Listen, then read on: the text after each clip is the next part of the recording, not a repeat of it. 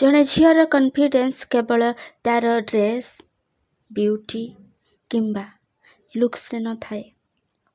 Confidence ଥାଏ ତା'ର ଚିନ୍ତାଧାରାରେ, ତା'ର କଥା କହିବା ଶୈଳୀରେ, ଆଉ ସବୁଠାରୁ ବଡ଼ କଥା ନିଜକୁ ସମ୍ମାନ କରିବାରେ। କିନ୍ତୁ ଅନେକ ଝିଅ ନିଜକୁ ନେଇ କନଫିଡେଣ୍ଟ ହେଇପାରନ୍ତି ନାହିଁ, କାରଣ ସେମାନେ ସବୁବେଳେ ଭାବନ୍ତି ଲୋକେ କ'ଣ କହିବେ, ମୁଁ ଭୁଲ କରିଦେବି କି, ମୁଁ ଅନ୍ୟମାନଙ୍କ ଭଳି କାହିଁକି ନୁହଁ। ଆଜି ଏହି ବାର୍ତ୍ତାରେ ମୁଁ କହିବି କେମିତି ତୁମେ ଧୀରେ ଧୀରେ ଜଣେ କନଫିଡେଣ୍ଟ ଝିଅ ହେଇପାରିବ।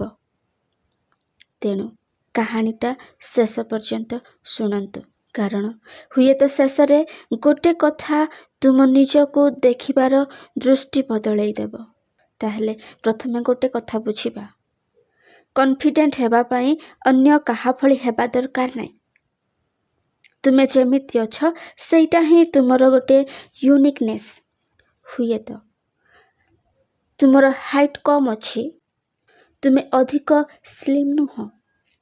ହୁଏତ ତୁମର ଫେସ୍ ପରଫେକ୍ଟ ନୁହେଁ, ତୁମ ପାଖରେ ଅଧିକ ଟଙ୍କା ନାହିଁ। କିନ୍ତୁ ଏସବୁ କୌଣସି କାରଣ ନୁହେଁ ନିଜକୁ ଛୋଟ ଭାବିବାର। ତୁମର ଭ୍ୟାଲୁ କେବଳ ତୁମର ଲୁକ୍ସରେ ନାହିଁ। ତେଣୁ ପ୍ରଥମ ଷ୍ଟେପ୍ ହେଲା ନିଜକୁ ଅନ୍ୟମାନଙ୍କ ସହ କମ୍ପେୟାର କରିବା ବନ୍ଦ କର। ଇନଷ୍ଟାଗ୍ରାମରେ କାହାକୁ ଦେଖି ଭାବନି ତା'ର ଜୀବନ କେତେ ପରଫେକ୍ଟ, କାରଣ ତୁମେ ତା'ର ଲାଇଫ୍ର କେବଳ ଗୋଟେ ଫଟୋକୁ ଦେଖୁଛ, ତା'ର ସମ୍ପୂର୍ଣ୍ଣ ଷ୍ଟ୍ରଗଲକୁ ଦେଖୁନାହଁ। ତୁମର ଜର୍ଣ୍ଣି ଅଲଗା, ଆଉ ତା'ର ଜର୍ଣ୍ଣି ବି ଅଲଗା। ତେଣୁ ଅନ୍ୟ ଝିଅକୁ ପଛରେ ପକାଇବା ନୁହେଁ, ଗତକାଲିର ନିଜକୁ ଆଜି ଟପିବାକୁ ଚେଷ୍ଟା କର।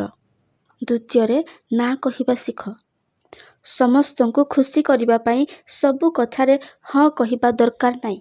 କେହି ତୁମକୁ ପ୍ରେସର କରୁଛି କିମ୍ବା ତୁମକୁ ଅନକମ୍ଫର୍ଟେବଲ୍ କରୁଛି, ସେତେବେଳେ ଶାନ୍ତ ଭାବରେ କହିପାରିବ, ନା ମୁଁ ଏହା କରିବାକୁ ଚାହୁଁନି।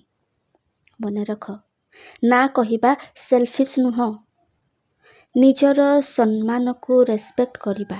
ତୃତୀୟରେ ନିଜ ଉପରେ କାମ କର।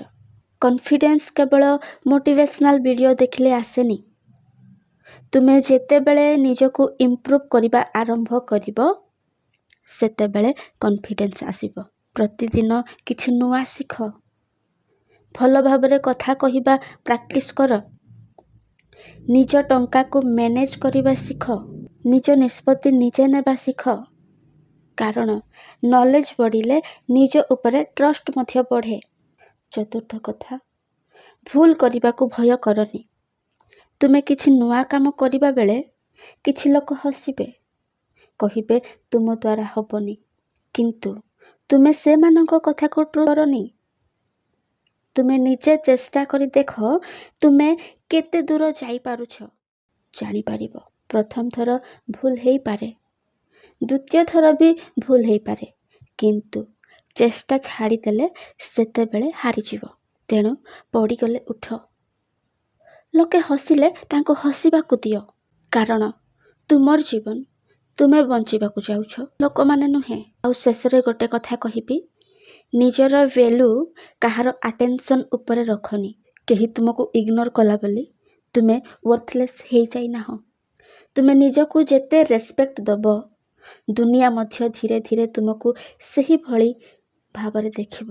ତେବେ ଝିଅମାନେ ମନେ ରଖ, ତୁମେ ଯେମିତି ଅଛ ସେମିତି ହିଁ ସ୍ପେସିଆଲ। ନିଜ ଉପରେ ବିଶ୍ୱାସ ରଖ ଆଉ ଆଗକୁ ବଢ଼। ମୋର ଏହି ଛୋଟ ପ୍ରୟାସଟି ଯଦି ତୁମକୁ ଭଲ ଲାଗିଥାଏ, ତାହେଲେ ଲାଇକ୍ କରିବା ସହିତ ଚ୍ୟାନେଲକୁ ସବସ୍କ୍ରାଇବ୍ କରିଦିଅ। ସମୟ ଦେଇ ଏହି ଭିଡ଼ିଓଟା ଦେଖିଥିବାରୁ ହୃଦୟରୁ ଧନ୍ୟବାଦ।